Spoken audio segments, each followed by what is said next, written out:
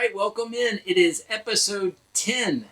We've hit a milestone of Rhymer on the Road. Double digits. Double digits. We're in the double digits, continuing to have a great time, and we're glad and continue to be blessed that you're following us along on this journey because we're learning a lot from you all. We'll talk about that in a moment. And we enjoy sharing part of the fun with our friends, family, and people that just want to travel around the country with us on this year-long adventure. We have a great episode in episode 10 of Old Orchard Beach area of Maine. Our youngest daughter, Megan, joined us for that. We had a lot of fun. That was really nice to have her. But before we get to the fun of this episode, we need to let you know where we're headed next so we can get your feedback. And that is Burlington, Vermont. Burlington, Vermont, which sits on the border of Vermont, on the Vermont side, obviously, but right where New York and Vermont come together on Lake Champlain, which is also a little bit south of Montreal. So that gives people a general idea of where we're going to be. And the reason we're telling you all that is because you've been a huge help. We're currently filming this in Acadia National Park, which is going to be a great episode too, in episode 11. But we've used the suggestions that everybody's been giving us, either on Facebook, Instagram, Rhymer on the Road, or just in general on YouTube. Make sure you let us know if you're from that area or been to that area of Vermont. Please let us know what we should be doing, where we should be eating, drinking, all of those things, activities, all those things. But for now, the recap on episode 10, Rhymer on the Road from Old Orchard Beach in Saco, Maine.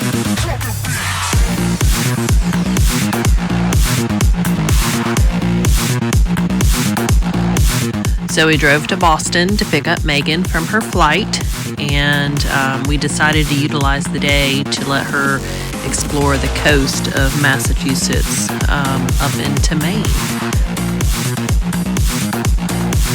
So we ended up doing lunch in Salem, and we walked around there a little bit, let her see a little taste of Salem. Had a nice lunch on the waterfront.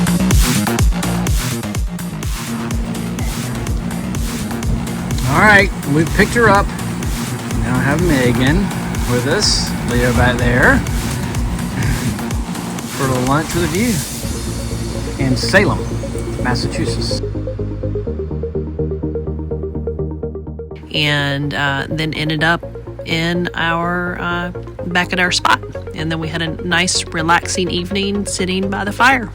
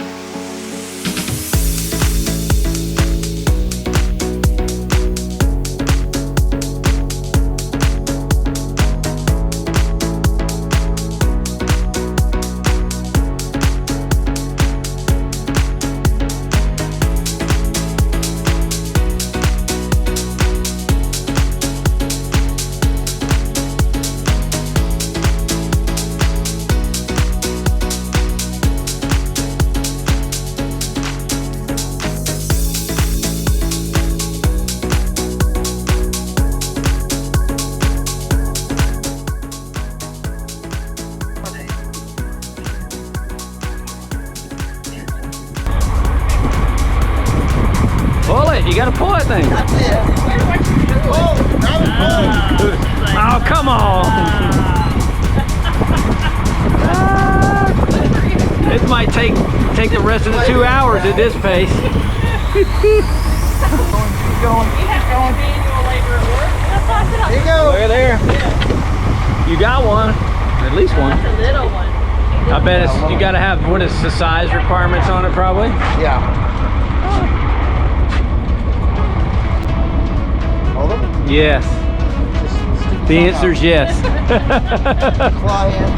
Claw hand. So you're gonna feel those spikes? That's what you're gonna feel, it's not getting. So you're just gonna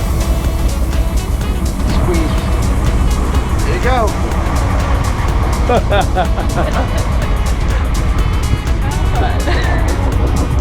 That is awesome. That is awesome. So that one is obviously way too small. Undersized and an oversized. So the carapace from the eye to the back of the shell right here has to be big, has to be greater than 3 1/4. Okay. And it can't be any bigger than 5 inches. So 3 1/4 is the minimum, which is way back there. Yep. So for this to be legal, the second nub has to be up above the carapace. Yep. These are nowhere nearly. Yeah. So a male lobster, the feelers, the first set of feelers are short and they're hard. Whereas a female lobster, the feelers will be long and they'll be like almost like angel hair, they'll be wispy. And then she'll have kind of like not quite hair, but up inside the tail, she'll have these little feathers that she can attach the eggs to.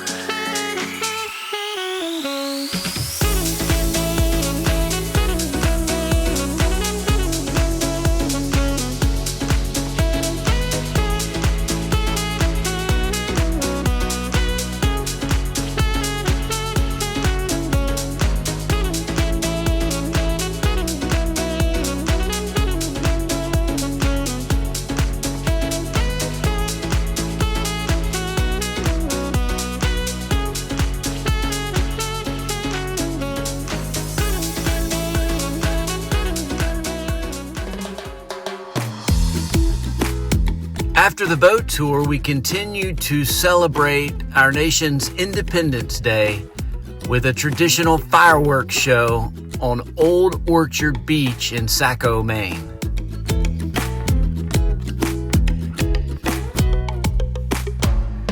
Watching all of the young kids and the adults, it kind of struck me that it looked very similar to what we were used to in South Carolina.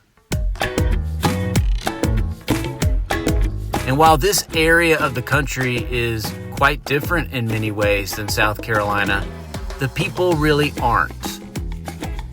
I think if people would turn off the television and just watch other people and engage with other people, you'd find out that we're way more similar than we are different.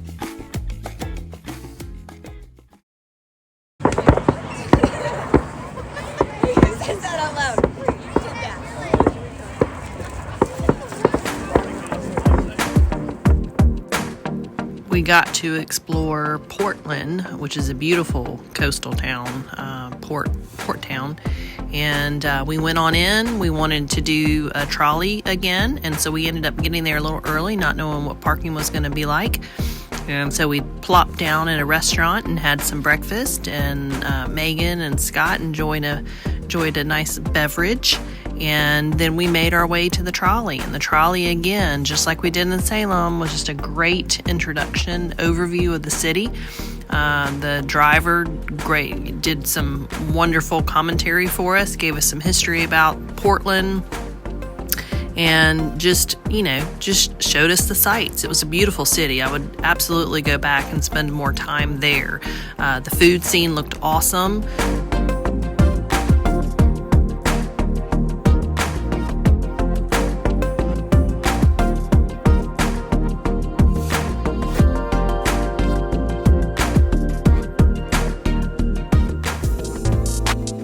Also, during the trolley tour, it took us out to the lighthouse, and it was the Portland Headlight lighthouse, which was beautiful. And it's, I think, one of the most photographed lighthouses in the country, and it was beautiful, and it was well worth the drive. And so I'm glad the trolley included that piece of it. And so we got to walk around there for like 30 minutes, take pictures, and just take in the sights.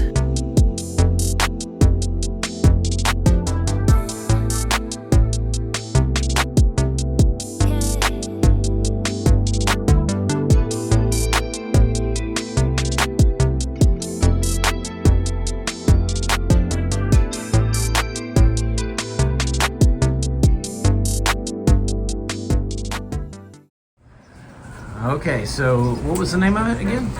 Gorgeous Gelato.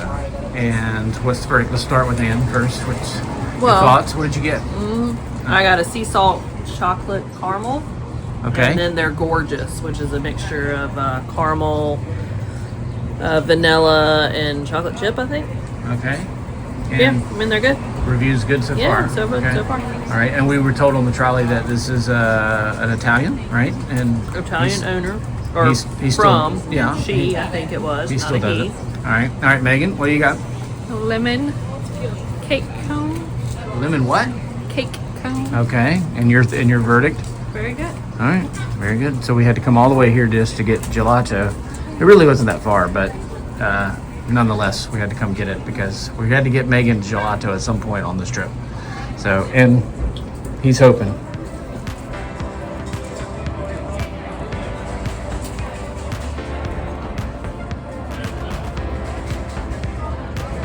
After a busy day in Portland, I thought a great way to finish off the day would be to go to Allagash Brewery to enjoy a drink.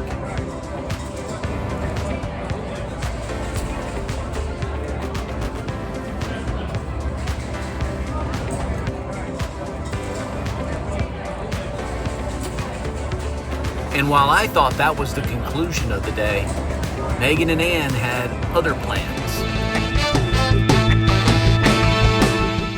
The two of them headed to Old Orchard Pier to pick up a pizza and try the vinegar fries.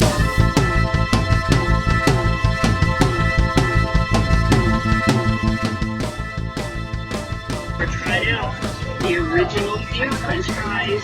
Megan told me all about them, so I gotta try them. So here we are at the pier, Old Orchard Beach. They say you gotta with vinegar. So we put some vinegar on them. These are kind of like a salt vinegar chip or but fries. They're good.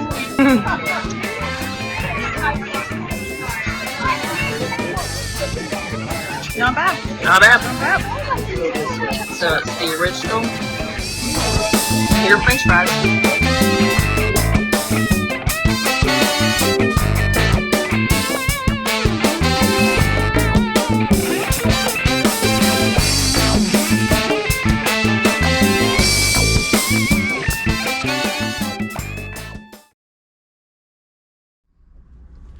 Okay, Ann has run into a supermarket here, and we have Leo with us today, so I could not go into the supermarket, so I thought this would be a great opportunity for me to answer 3 questions that we're getting so far on this journey. The first one that we get is, do you guys eat out all the time? The answer is no. We eat out 2 to 3 times a week, sometimes a lunch, sometimes a dinner. The other times we're cooking and making things at the rig. When we were at home, that was typical. We would go out to eat on the weekends sometimes and maybe once during the week. So we have kept, relatively speaking, the same eating habits in terms of cooking versus going out. That's a little different here in Old Orchard Beach because we have Megan with us, so we're going out more. But when it's just the two of us, we're keeping for the most part the same pattern while still not neglecting ourselves of enjoying the local cuisine throughout the places that we are staying. The second question that we're getting is, are you guys doing stuff all the time? And the answer is no. We typically have an excursion a day, a couple of excursions a day, but it's usually in the range of 4 to 6 hours. It's not from sun up to sundown. We're not on the run all the time.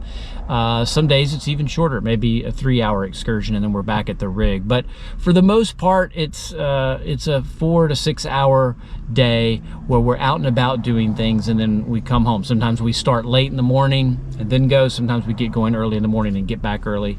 That's kind of been the pattern that we've fell into, and we've only had one day in the first 30 days or so of rain out. So we've been lucky with the weather, and it's allowed us to do something just about every day but one. We've done something. And the third question is, how much money are you spending on gas? Well, I'm not going to talk money at any time on this trip in terms of actual dollars and cents, but I will give an update on what and how the truck is performing.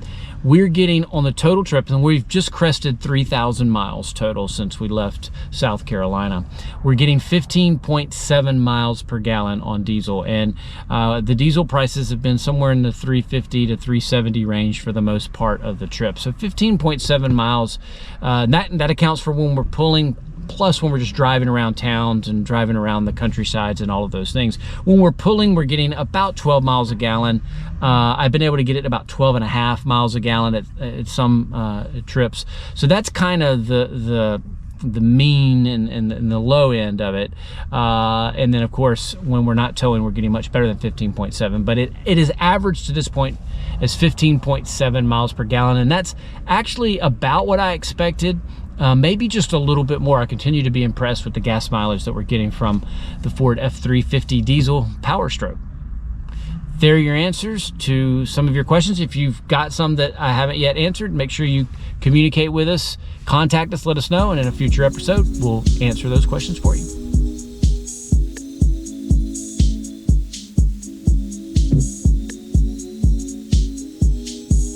All right, here we are. We've got Megan. We are on the road taking her back to Boston so she can fly back to Kansas. But we wanted to get her feedback on her time in the Portland area. I was in 6 different states the day I got here. I live in Kansas, but the airport is in Missouri. And then I had a layover in Chicago, so I was in Illinois. And then flew into Boston, was in Massachusetts, and then went through New Hampshire, and then all the way to Maine. So lots of states in one day. Got up at 2:45 a.m. to get here. So tell us about what was some of the things that we did that you enjoyed, or hopefully we hit some of the things that you wanted to hit when we were in the Portland area. I would say the Scenic Drive was one of my top ones, just getting to see all the coastline around here. And then we went up to a lighthouse in Maine. Don't remember the name of it, but went to a lighthouse. It was very pretty. Outside Portland. I think it's the Portland Head That sounds about right. Yeah, Portland Head Lighthouse. That was one of my favorites. Just very pretty. And when do you come back to see us? I'll be back in September. I'll be good. And where will we be?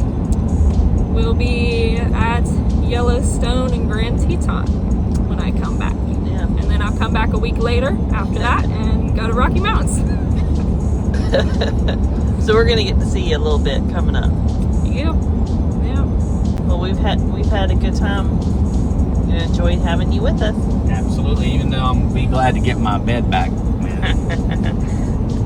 Scott has been demoted to the pull-out couch, so he was being a good daddy, letting his daughter sleep in the regular bed. Yeah, but I'm always happy to have somebody come see us, so I'm more than willing to sleep on the couch.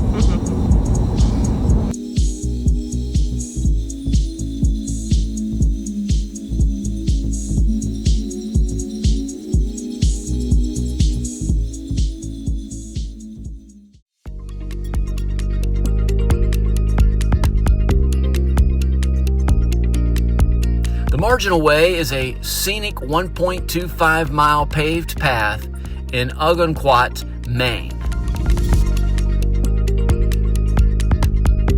It offers stunning views of the Atlantic coastline, and it runs from Ogunquit up into Perkins Cove, winding along the cliffs.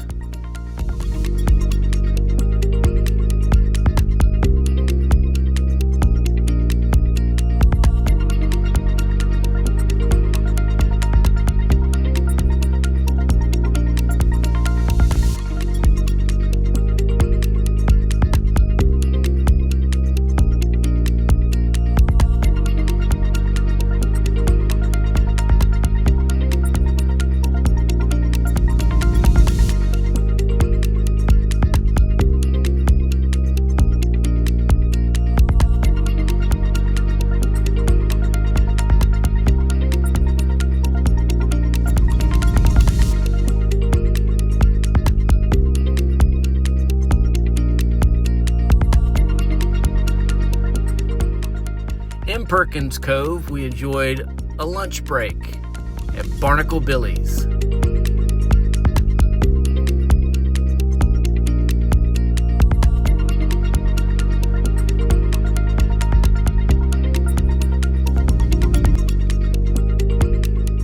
On our way back to Old Orchard Beach, we finished the day with a drive by the George H. Bush Summer Retreat in Kennebunkport, Maine.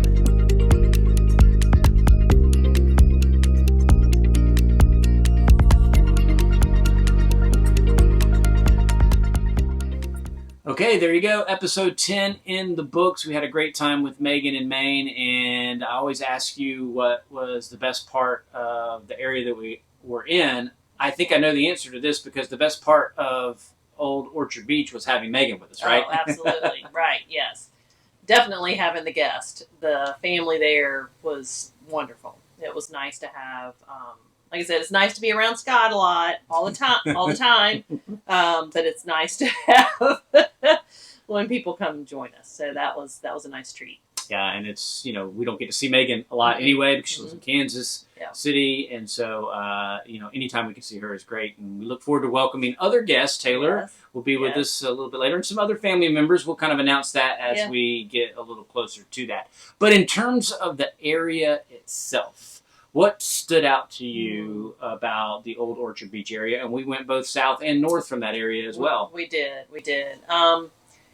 Gosh, I think it's just kind of a continuation of the coast. it's just beautiful up there. So coastal Maine was just as beautiful as coastal Massachusetts was. And different, Old Orchard Beach has a beautiful beach. Long, kind of reminded me sort of a mini Myrtle Beach area. Yeah, especially right downtown. Right downtown where they have, the carnival going on. They have the pier, just a smaller strand of it. But it was a beautiful stretch of beach. And then, the waters were beautiful along there. And we did a lot of the coastal drive, as y'all saw. So, I just think still goes to the scenery. The scenery. Yeah. Yeah, the scenery was awesome. I think in terms of excursions, I really liked Captain Shawn and our boat ride for a couple of reasons. It was a laid-back boat ride. Yeah. Great views, but a lot of great conversation. He was telling us a lot about the area. Yeah. He actually gave us some suggestions as well. He did, right. He told us to go to the Gunquick area. Yeah. It's a mouthful. Yeah. And that ended up being a really fun day. I really did enjoy that one. And I loved seeing the lobsters, even though they were little itty-bitty baby ones. Getting to hold one. I've never held a lobster. Megan got to hold a lobster. Yeah. So, and to pull up, she pulled up the actual trap. Yes. Yeah. So that was a great memory there. Yeah. I think the other thing that I really liked about that area was to be able to do the marginal way on that last day, which reminded me a little bit of the Cliff Walk in Newport. Yeah. Except Cliff Walk in Newport had bigger homes along the Yes. coast. I mean, these are nice Yes. homes. Don't get Sure. me wrong on the Sure. marginal way, but and then just from a historical significance and being a history buff kind of guy, the George Bush and the Bush estate. Bunkport. Yeah, and Kenny Bunkport. Yeah. It was easy to get to. I mean, we literally just pulled right off the road. It was kind of on our way back anyway. After we did the marginal way, That looks like we didn't spend a lot of time in that area. We just drove through it. Didn't go through the town much. Just Right. drove through So the part that we did though looked really nice, and it would be an area that I think would be fun to go back and explore some more. But I give credit to Kenny Bunkport in that they had the little pull off right there overlooking the compound because they knew people are going to want to stop and get pictures,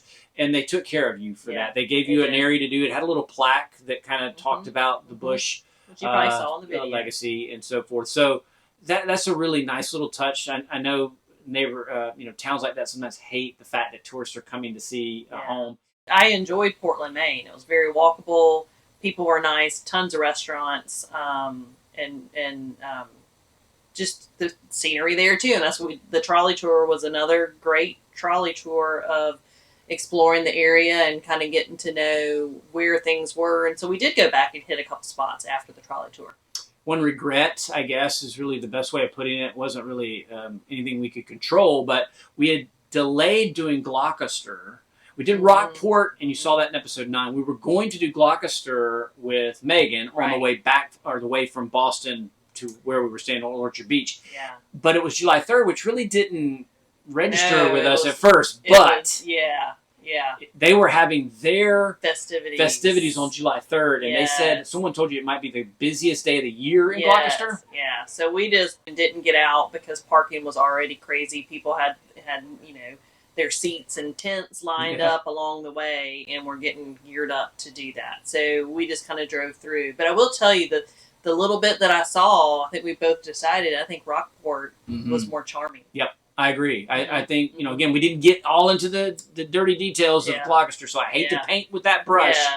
But Rockport, I think it's going to be difficult to beat there. And, of course, we got to celebrate Independence Day in Old Orchard Beach, and that was great to go out with fireworks. Cool. And they did a good job with that, and we had a lot of fun with that. So, also, we always give you some feedback on the campground we stayed at, and that was? The Sun Outdoors, Saco, Old Orchard Beach. Yeah, and there are 2 Sun Outdoors in Old Orchard Beach. One's a little closer to the coast. I liked being a little bit further away from some of the mayhem, if you will. We were there for July 4th. Further away. I mean, we're like 3 miles. Yeah, maybe. I mean, it wasn't much. No, and it was quiet. A lot of people coming and going, but it was quiet.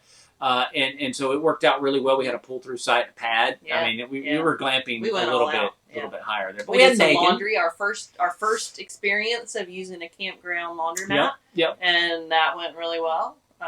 And remind people, we normally do our laundry in our washer and dryer for the little stuff for our clothes. But when we have the big things, we have blankets and sheets and things like that. It was time for some bigger stuff. Yeah. All right. So episode 11 will be a recap of where we are right now, which is Acadia National Park in Bar Harbor, Maine. And you don't want to miss that. It's been a great experience here. Don't forget, we're headed to Burlington, Vermont, and we want your feedback on what to do. It's Reimer on the Road on Instagram. Yes. If you haven't subscribed there, you need to, because you get a lot of inside stuff that we don't yet have posted to the YouTube channel, right? Right. That's right. Yep. She's constantly updating that. And, of course, you're on the YouTube channel right now, so continue to follow us and like us and subscribe and all that stuff if you're interested in what we're doing. It's Reimer on the Road. Scott and Leo, we knocked him out today. He's asleep. He's not in this video. But don't forget, do it today.